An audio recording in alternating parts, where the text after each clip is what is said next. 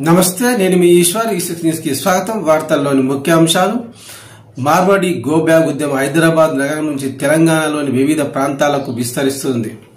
రాష్ట్రంలోని వివిధ గ్రామాల్లో మార్వాడి గో బ్యాగ్ అంటూ నినాదాలు చేస్తున్నారు. నల్గొండ జిల్లా అమనగల్లులో వ్యాపారులు మార్వాడి గో బ్యాగ్ అంటూ నిరసన తెలిపారు. ఆగస్టు 18న మార్వాడి గో బ్యాగ్ అంటూ స్వచ్ఛందంగా దుకాణాలు మూసివేసి అమనగల్లుకు చెందిన కిరాణా వర్తక సంఘం, స్వర్ణకార సంఘం బంద్కు పిలుపునిచ్చింది.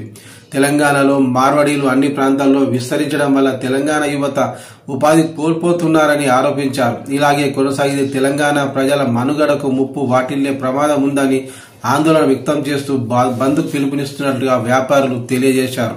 అయితే ఈ వివాదంపై BJP MP Bandi Sanjay Kumar, MLA Raja Singh స్పందించి మార్వాడీలకు మద్దతుగా మాట్లాడారు. మార్వాడి గోబ్యాగ్ ఉద్యమం హిందూ సమాజాన్ని చీల్చడానికి కొన్ని రాజకీయ పార్టీలు చేస్తున్న కుట్ర అని వారు ఆరోపించారు.